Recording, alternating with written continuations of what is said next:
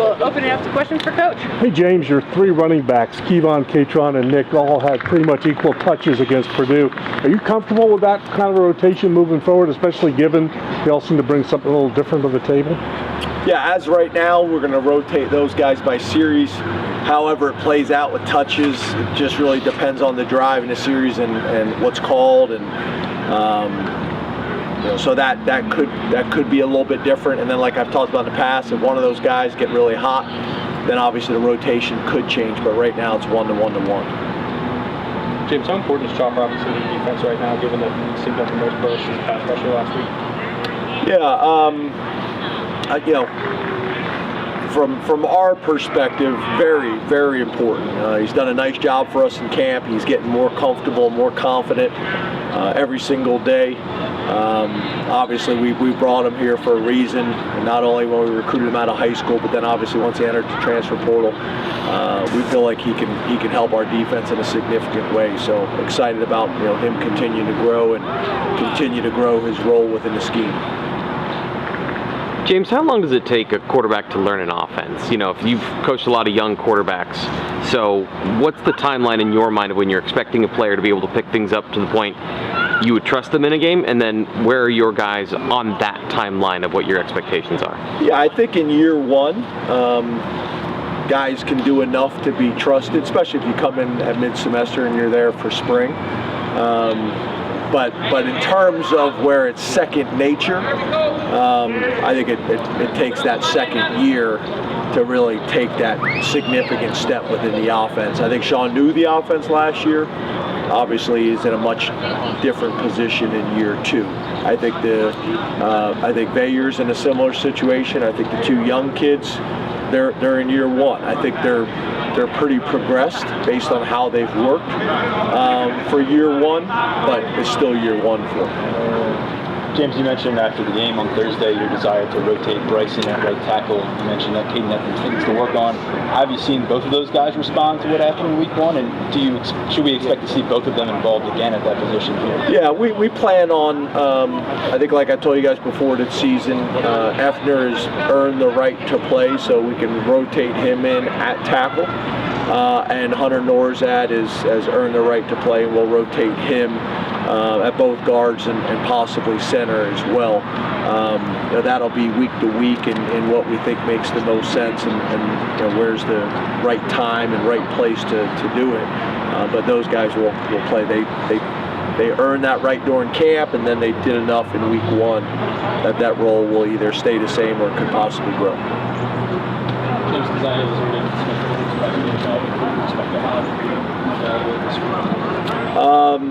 Not sure yet.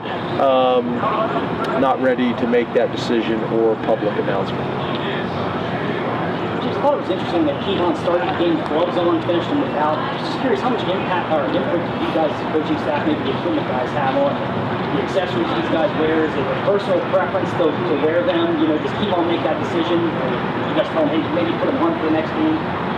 Yeah, I'd be honest with you, I had no idea. I didn't even know it until you said that.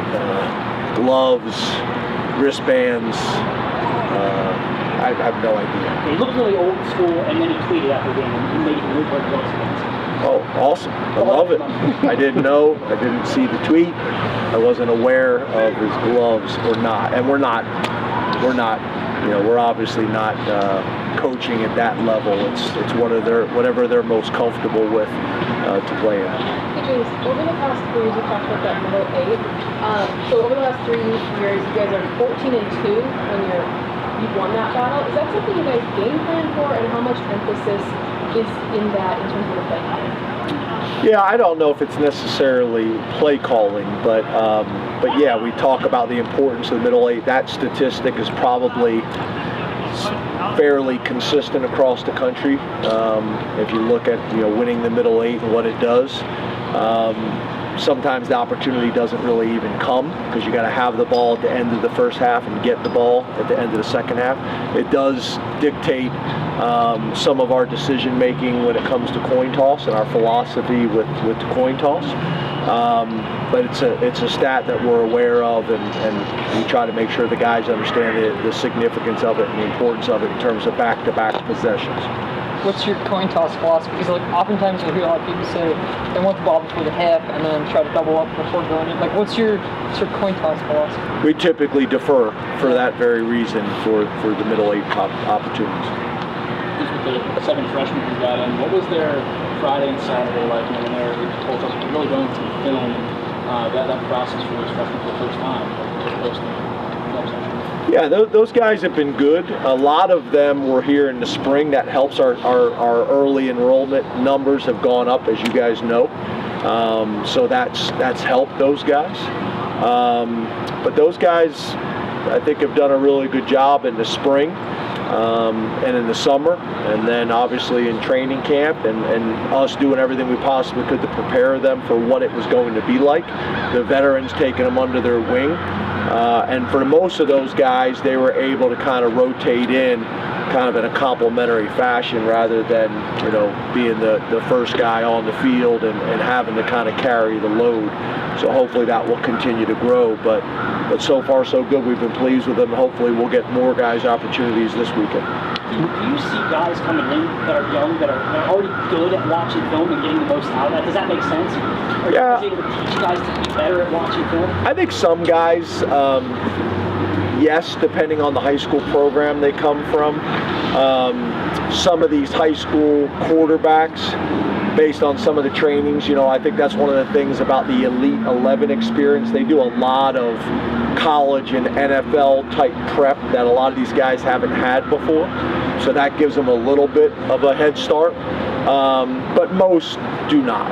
Most do not. They need to be taught how to watch film. I even think sometimes, it takes till their second year in college to really start to figure that out. We talk about having a routine a lot, the importance of their, weekly and daily routine, and that needs to be taught for a lot of these guys. What are the advantages of for the run game operating at the pistol? Well, when you talk about the pistol and being in the dot, or however you describe it, right behind the quarterback, obviously you're not showing your hand a little bit, in terms of the running back away from the tight end, the running back to the tight end. Most defenses have specific calls based on where the back's location is. So by the running back being behind the quarterback, takes some of that away. It takes some of that away for sure. That's probably the biggest reason to do it. It can create, depending on how you run them, it can create some challenges in terms of the zone reads that typically you're using from an offset position. But the biggest advantage is the defense not being able to put it into a category based on the back on the same side as the tight end or away. And typically you have very specific runs that you run out of those sets. So you'll also see people shift kind of right before the snap, knowing that defenses, are looking at, the back's alignment. So either moving them, putting them in the dot, or having some things where you'd have same side runs where you're running traditional runs that you would normally run from opposite, and you're keeping them on the same side to break some tendencies. Back 2 more. How do you feel about where Kobe and Tyler are at after the game today? Yeah, I think game one, it's early to kind of decide. But obviously they played well enough for us to win. That game wasn't necessarily a middle linebacker's game in terms of where they're going to dictate, the success of the defense or not. But they were able to get us, lined up and take control of the defense. We didn't have a whole lot of those missed assignments and things like that. But I was proud of them. It's something to build on.